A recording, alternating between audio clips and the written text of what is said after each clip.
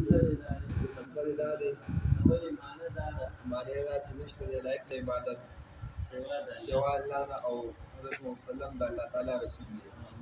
مقصد دا دی چې موږ کله دا الله نه د کېدو یقین او د مخلوق د کېدو یقین زموږ او تاسو په زړونو کې راشي.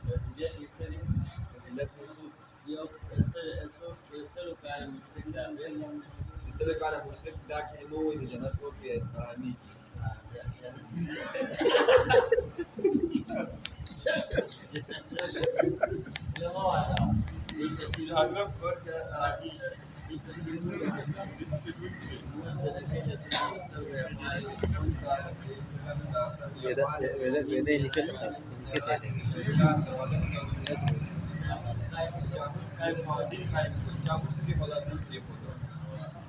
دې پسې د علم او ذکر علم موږ زده کول موږ پکار دي چې انسان دې خپله څلور کېږي زندګي کې راوړي دي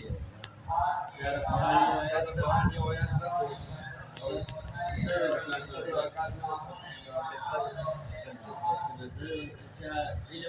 دا د علم یو باب زده کړو د زرو زکاتونه افضل دي.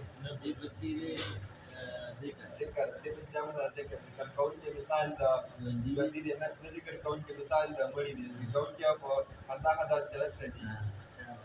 جنت اته دروازې دي یو پکې خاص ذاکرین لپاره ده خندا جنت ته ځي. دې پسې د اکرام مسلم مقصد دا دی د هر مسلمان قدر کو مشران عزت کو مشران شفقت کو د علماء قدر کو دا چاکلی یا زمون نه دی د امت نه دی حضور صلی الله علیه وسلم د شان مبارک د چې دا درې خبر دي هغه د امت نه دی. دې پسې صحیح نیت مقصد دا دی هر نیک کار کو خاص د الله لپاره